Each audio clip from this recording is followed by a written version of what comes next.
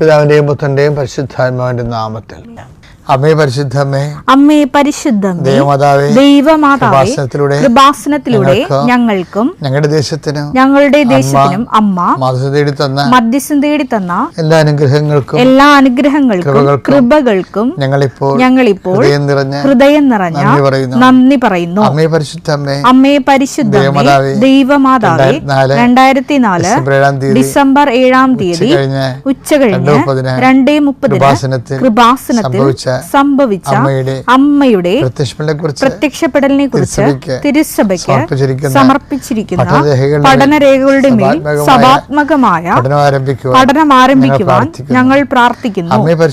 അമ്മേ പരിശുദ്ധമേ, ഭൂസ്വർലോകങ്ങളുടെ രാജ്ഞിയായ അങ്ങേയ്ക്ക് ഭൗമ സംരക്ഷണത്തിനായി പ്രപഞ്ചപ്രകൃതിയെ തന്നെ തിരുസഭ പ്രതിഷ്ഠിക്കുവാൻ ഈ പ്രത്യക്ഷീകരണ വഴി ഇടയാക്കണമേ. പരിശുദ്ധമ്മേ, ജപമാല മാതാവേ, സകല കൃപാസനം പ്രാർത്ഥനകളോടും ചേർത്ത് ഞങ്ങളിപ്പോൾ പ്രാർത്ഥിക്കുന്ന ഈ കുടുംബത്തിന്റെ പ്രത്യേക നിയോഗം.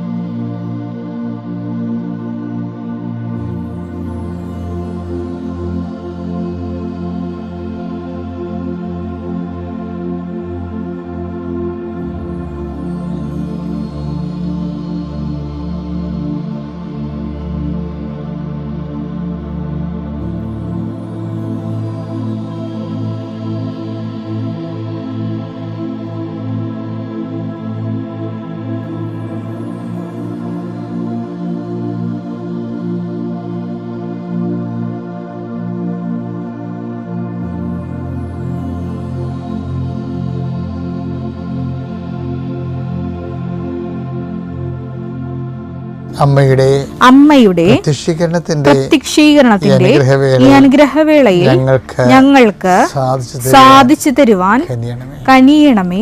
വിശ്വാസ പ്രമാണം. സർവശക്തനായ പിതാവും ആകാശത്തിന്റെയും ഭൂമിയുടെയും സൃഷ്ടാവുമായ ദൈവത്തിൽ ഞാൻ വിശ്വസിക്കുന്നു. അവിടുത്തെ ഏകപുത്രനും ഞങ്ങളുടെ കർത്താവുമായ ഈശോ മിശിഹായിലും ഞാൻ വിശ്വസിക്കുന്നു. ഈ പുത്രൻ പരിശുദ്ധാത്മാവിനാൽ ഗർഭസ്ഥനായി കന്യകാമറിയത്തിൽ നിന്ന് പിറന്ന് പൊന്തിയോസ് പീലാത്തോസിന്റെ കാലത്ത് പീഡകൾ സഹിച്ച് കുരിശിൽ തറയ്ക്കപ്പെട്ട് മരിച്ച് അടക്കപ്പെട്ട് പാതാളങ്ങളിൽ ഇറങ്ങി മരിച്ചവരുടെ ഇടയിൽ നിന്ന് 3-ാം നാൾ ഉയർത്ത് സ്വർഗത്തിലേക്ക് എഴുന്നള്ളി സർവശക്തിയുള്ള പിതാവായ ദൈവത്തിന്റെ വലതുഭാഗത്തിരിക്കുന്നു. അവിടെ നിന്ന് ജീവിക്കുന്നവരെയും മരിച്ചവരെയും വിധിക്കുവാൻ വരുമെന്നും ഞാൻ വിശ്വസിക്കുന്നു. പരിശുദ്ധാത്മാവിലും ഞാൻ വിശ്വസിക്കുന്നു. വിശുദ്ധ കത്തോലിക്കാ സഭയിലും പുണ്യവാന്മാരുടെ ഐക്യത്തിലും പാപങ്ങളുടെ മോചനത്തിലും ശരീരത്തിന്റെ ഉയർപ്പിലും നിത്യമായ ജീവിതത്തിലും ഞാൻ വിശ്വസിക്കുന്നു. ആമേൻ. സ്വർഗ്ഗസ്ഥനായ ഞങ്ങളുടെ പിതാവേ, അങ്ങയുടെ നാമം പൂജിതമാകണമേ. അങ്ങയുടെ രാജ്യം വരണമേ.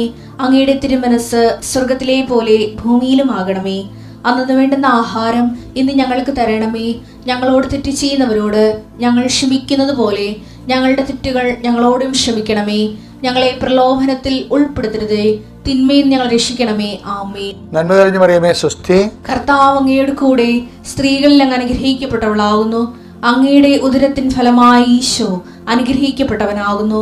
പരിശുദ്ധ മറിയമേ, തമ്പുരാന്റെ അമ്മേ, പാപികളായ ഞങ്ങൾക്ക് വേണ്ടി ഇപ്പോഴും ഞങ്ങളുടെ മരണസമയത്തും തമ്പുരാനോട് അപേക്ഷിക്കണമേ. ആമേൻ. കർത്താവിന്റെ ഉന്നതമായ നാമത്തിന് സ്വസ്ഥം ചെയ്യുന്നു. കർത്താവിന്റെ വിശുദ്ധ പൗരോഹിത്യത്തെ മഹത്വപ്പെടുത്തണമേ. കർത്താവെ, സഭയിലുള്ള സാന്നിധ്യം പ്രകടമാക്കണമേ. എൻ്റെ കർത്താവിന്റെ ഉന്നതമായ നാമത്തിൽ സഭയുടെ അധികാരത്തിൽ കുരിശിന്റെ അടയാളത്തിൽ മെയ് 24-ാം തീയതി ശനിയാഴ്ച ഞാൻ നിന്നെയും നിന്റെ കുടുംബത്തെ ആശീർവദിക്കുന്നു. നീ ഇറങ്ങിപ്പോകുന്ന നിന്റെ വീടിന്റെ എല്ലാ വാതായനങ്ങളിലും ഞാൻ കർത്താവിന്റെ നാമത്തിൽ കുരിശാലേഖനം ചെയ്യുന്നു. നീ അനുഗ്രഹിക്കപ്പെട്ടവനാകട്ടെ. നിന്റെ കുടുംബവും കുഞ്ഞുങ്ങളും അനുഗ്രഹിക്കപ്പെടട്ടെ. നീ ഏത് ഭവനത്തിൽ പ്രവേശിച്ചാലും ആ ഭവനത്തിൽ സമാധാനം ആശംസിക്കാൻ പറഞ്ഞ കർത്താവിന്റെ നാമത്തിലെ ഞാൻ ഈ സമയത്ത് ഈ പ്രഭാതത്തിലെ നിന്റെ കുടുംബത്തിൽ സമാധാനം ആശംസിക്കുന്നു. കർത്താവെ, സമാധാനം ആ മക്കൾ അനുഭവിക്കുവാനും അതിൽ കുടികൊള്ളുവാനും ഇടയാക്കണം പ്രാർത്ഥിക്കുന്നു. എവിടെ പോകുമ്പോഴും കർത്താവ് നിന്റെ വചനത്തെ അനുസരിച്ച് ജീവിക്കുവാനും വചനത്തിൽ തെറ്റിപ്പിരിഞ്ഞ് പടല പിരിഞ്ഞ് പോകാതിരിക്കാനും കർത്താവെ, അങ്ങ് കിറൂബുകളുടെ സംരക്ഷണം അങ്ങയുടെ മക്കൾക്ക് നൽകണം പ്രാർത്ഥിക്കുന്നു. ഈശോയെ, ഇന്ന് കണ്ടുമുട്ടുന്ന വ്യക്തികൾ നീ ആശീർവദിക്കണമേ. കർത്താവെ, ഇന്ന് മക്കളുടെ വിദ്യാഭ്യാസ കാര്യങ്ങൾക്ക് വേണ്ടി, ജോലി കാര്യങ്ങൾക്ക് വേണ്ടി, സ്വദേശത്തും വിദേശത്തും മക്കൾ സഞ്ചരിക്കുമ്പോൾ അവർക്ക് വേണ്ടി വീട്ടിലിരുന്ന് പ്രാർത്ഥിക്കുന്ന മാതാപിതാക്കന്മാരുടെ പ്രാർത്ഥനകളാണ് കർത്താവെ, ആ കണ്ണീരിനെ നീ രക്തങ്ങളാക്കി മാറ്റണമെന്ന് പ്രാർത്ഥിക്കുന്നു. അത് സ്വീകാര്യമാക്കി മാറ്റണമെന്ന് പ്രാർത്ഥിക്കുന്നു. കർത്താവെ, പലരും പ്രാർത്ഥിക്കുമ്പോഴേ അവർ പ്രാർത്ഥിക്കുന്ന വിഷയത്തിന് നേടിയെടുക്കേണ്ട കഴിവോ കൃപയോ ശക്തിയോ അവർക്കില്ല. കർത്താവെ, ഞങ്ങൾ നിൻ്റെ പീഡാനുഭവത്തിൻ്റെ ശക്തിയാൽ, കുരിശുമരണത്തിൻ്റെ ശക്തിയാൽ, അതിനേക്കാൾ വരുന്നതിന് ഉയർത്തെഴുന്നേൽപ്പിൻ്റെ ശക്തിയാൽ അങ്ങയുടെ മക്കളുടെ പ്രാർത്ഥനകൾ ചെവിക്കൊള്ളുകയും മാതാവിൻ്റെ മധ്യസ്ഥത അവ സ്വീകരിക്കപ്പെടുകയും ദൈവത്തിൻ്റെ കണ്ണീരുടെ അവർ വിതയ്ക്കാനുള്ള വിത്തുമായി പോകുന്നു. അവരെ ജയഘോഷത്തോടെ കൊയ്തക്കറ്റയുമായിട്ട് വരുന്നു എന്ന് പറഞ്ഞ് കർത്താവിൻ്റെ വചനം ഇന്ന് നിൻ്റെ ജീവിതത്തിൽ പാലിക്കുകയും നീ രാത്രി തിരിച്ചു വരുമ്പോൾ സന്തോഷത്തോടെ തിരിച്ചു വരുവാൻ ഇടയാകണമെന്ന് പ്രാർത്ഥിക്കുന്നു. എൻ്റെ മക്കളെ, ഉടമ്പടിക്ക് ചില പരാധീനതകളുണ്ട്. നിങ്ങളുടെ ഉടമ്പടി ജീവിതത്തെ ബൂസ്റ്റ് ചെയ്യുകയാണ് ശരിക്കും പറഞ്ഞാൽ ഈ ഡെയിലി ബ്രെഡ് കൊണ്ട് ഉദ്ദേശിക്കുന്ന ഒരു കാര്യം. പിന്നെ നിങ്ങളുടെ ഇന്നത്തെ ലൈഫിനെ സപ്പോർട്ട് ചെയ്യുക. അങ്ങനെ 2 കാര്യങ്ങളാണ്. ഇപ്പം ചെറിയൊരു സന്ദേശമേ തരത്തുള്ളൂ, ഒരു ക്യാപ്സ്യൂൾ പോലെ സന്ദേശം. ഇപ്പം എന്താ അച്ഛൻ പറയണ വെച്ചാൽ, ഉടമ്പടി വിജയിക്കണമെങ്കിൽ ഉടമ്പടി വില്ലന്മാരെ നമ്മൾ ശ്രദ്ധിക്കണം. ഉടമ്പടിയിലുള്ള വില്ലന്മാരാണ് ഉടമ്പടിയുടെ കാര്യങ്ങൾ താമസിപ്പിക്കണത്. ഇപ്പം കഥകളൊക്കെ വരുമ്പോൾ ഹീറോയും വില്ലനും ഇല്ലേ, ഇതുപോലെ തന്നെ ഈ വില്ലൻ എപ്പോഴും ഹീറോയുടെ മുന്നേറ്റങ്ങളെ തടയും. ഉടമ്പടിക്കും വില്ലനുണ്ട്, അത് ഈ ഹീറോയുടെ മുന്നേറ്റങ്ങളെ തടയുന്നുണ്ട്. ഇപ്പോൾ എബ്രഹാത്തിന്റെ ഉടമ്പടി ഹീറോ ആരാണ്? എബ്രഹാം തന്നെ ഹീറോ. പക്ഷേ എബ്രഹാത്തിനോട് എന്താ പറയണത്? ഈ ആകാശത്തെ നക്ഷത്രങ്ങളെ പോലെ അല്ലേ, ഭൂമിയിലെ മഴത്തരികളെ പോലെ ഞാൻ നിനക്ക് കുഞ്ഞുങ്ങളെ തരുമെന്നല്ലേ പറയണത്. പക്ഷെ ഒരു കുഞ്ഞിനെ കിട്ടാൻ തന്നെ എബ്രഹാത്തിന് 25 കൊല്ലം ലാഗ് ചെയ്യേണ്ടി വന്നു. അതെന്താ കാരണം? ആ വില്ലൻ ഉണ്ടായിട്ടാണ്. ആരാ വില്ലൻ അതിൻ്റെ അകത്ത്? 2 വില്ലനും വില്ലത്തിയും ഉണ്ട് അതിൻ്റെ അകത്ത്. ഇതുപോലെ തന്നെ അപ്പം നിങ്ങൾക്ക് ആരാണ് എബ്രഹാത്തിൻ്റെ ഉടമ്പടി വില്ലൻ എന്നൊക്കെ പറയാം. പിന്നെ ഒരാളുണ്ടായിരുന്നേ, ഈ മോസസും ദൈവമായിട്ട് എന്നാ ഒരു സൗമ്യത ബന്ധമാണ്. പക്ഷെ ആ ബന്ധം ഉണ്ടായപ്പോഴും മോസസിനും ഈ ജനങ്ങൾക്കും കുറേ വർഷങ്ങൾ, 40 വർഷം കഴിഞ്ഞിട്ടാണ് അവർ വാഗ്ദാന നാട് ലക്ഷ്യം പ്രാപിക്കണത്. വേണമെങ്കിൽ 40 ദിവസം കൊണ്ട് പ്രാപിക്കാവുന്ന കാര്യമേ ഉള്ളത്, പക്ഷെ താമസിക്കുന്നത്. അവിടെ വില്ലനായിട്ട് പ്രവർത്തിക്കുന്ന ആരാണെന്നറിയാം? അഹ്റോൻ വില്ലനാണ്. ജനങ്ങളും വില്ലത്തരം കാണിക്കും. 2 വില്ലന്മാരുണ്ട്. ജനങ്ങളെപ്പോഴും വില്ലത്തരം കാണിക്കും. ദൈവത്തിൻ്റെ വചനങ്ങളെ മറത്തു നിൽക്കുന്നതല്ലേ. ഇപ്പം കർത്താവിൻ്റെ ജീവിതത്തിൽ ഹീറോ കർത്താവാണ്. കവനന്റിൽ വില്ലനുണ്ട്. ആരാണ്? ആ മരുഭൂമി പ്രത്യക്ഷപ്പെട്ട പിശാചില്ലേ, അയാളാണ് വില്ലൻ. അതിൻ്റെ അകത്ത് ആ വില്ലൻ അന്ത്യത്താഴത്തിൻ്റെ ഉടമ്പടി സമയത്ത് വില്ലനുണ്ട്. യുദാസിൻ്റെ ഒക്കെ പ്രവചകർ കണ്ടിട്ടില്ലേ? അപ്പം എപ്പോഴും ഉടമ്പടിക്ക് ഒരു വില്ലനെ നമുക്ക് പ്രതീക്ഷിക്കാൻ പറ്റും. അവര് എന്ത് ചെയ്യും? അവര് മത്സരം നടക്കും. ഉടമ്പടി പാലിക്കപ്പെടാതിരിക്കാൻ വേണ്ടി എപ്പോഴും അവര് ഗുസ്തി നടക്കും, മത്സരം. അതുകൊണ്ട് ഈശോ പറയും, ദൈവരാജ്യം ബലവശമാണ്. വില്ലനുള്ളതുകൊണ്ട് അങ്ങനെ പറയണ. മത്തായി 11:12 സ്നാപക യോഹന്നാന്റെ നാളുകൾ മുതൽ, സ്നാപക യോഹന്നാന്റെ കാലം മുതൽ ഇന്ന് വരെ സ്വർഗരാജ്യം ബലപ്രയോഗത്തിന് വിഷയമായിരിക്കുന്നു. ബലവാന്മാർ അത് പിടിച്ചടക്കുന്നു. അപ്പൊ ലക്ഷ്യം പ്രാപിക്കുക. ഉടമ്പടി ലക്ഷ്യം പ്രാപിക്കുന്നതിന് ഒരു ബലം നമുക്ക് ആവശ്യമാണ്. ഈ ബലം നമ്മൾ നേടുന്നത് വിശ്വസ്തയോടെയുള്ള ഉടമ്പടി ജീവിതത്തിലൂടെയാണ്. മനസ്സിലായി? ഇപ്പൊ പ്രേക്ഷിത പ്രവർത്തനം, ആൾക്കാരൊക്കെ പ്രേക്ഷിത പ്രവർത്തനത്തിന്റെ അഡ്വാൻസ് രൂപങ്ങളാണ് ഇപ്പൊ കാണുന്നത്. അവരവരുടെ സാക്ഷ്യങ്ങൾ പറഞ്ഞ ആൾക്കാർക്ക് കൊടുക്കുന്നു, അതുപോലെ തന്നെ മറ്റുള്ളവരുടെ സാക്ഷ്യം പറഞ്ഞു കൊടുക്കുന്നു.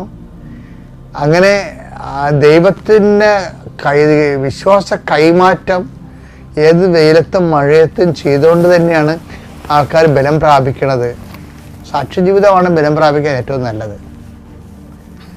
കാര്യം വില്ലനുള്ള കാരണം നമുക്ക് ഇപ്പം പ്രാർത്ഥനാ ജീവിതം, അതുപോലെ തന്നെ സാക്ഷ്യജീവിതം, അതിന് സുവിശേഷ കൈമാറ്റം, ഉപവിപ്രവർത്തനങ്ങളൊക്കെയാണ് ബലം നമുക്ക് തരണത്. അപ്പം അതുകൊണ്ട് ഈ ബലത്തിൽ വരുമ്പോൾ പിശാച് അല്ലെങ്കിൽ ഉടമ്പടിക്കെതിരെ നിൽക്കുന്ന ശക്തികളെ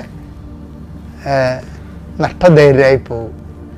വളരെ സൂക്ഷിച്ച് കൈകാര്യം ചെയ്ത് ആണ് ഉടമ്പടി വിജയിപ്പിക്കുന്നത്. അപ്പം നമ്മളെ ദൈവം ഉദ്ദേശിക്കുന്നത്, ഉടമ്പടി കൊണ്ട് ദൈവം ഉദ്ദേശിക്കുന്നത് നമ്മുടെ ലക്ഷ്യങ്ങൾ സാധിക്കുന്നതിനേക്കാൾ ഉപരി നമ്മളെ ആധ്യാത്മികമായി ബലപ്പെടുത്തുക കൂടി ഉടമ്പടി ലക്ഷ്യമുണ്ട്.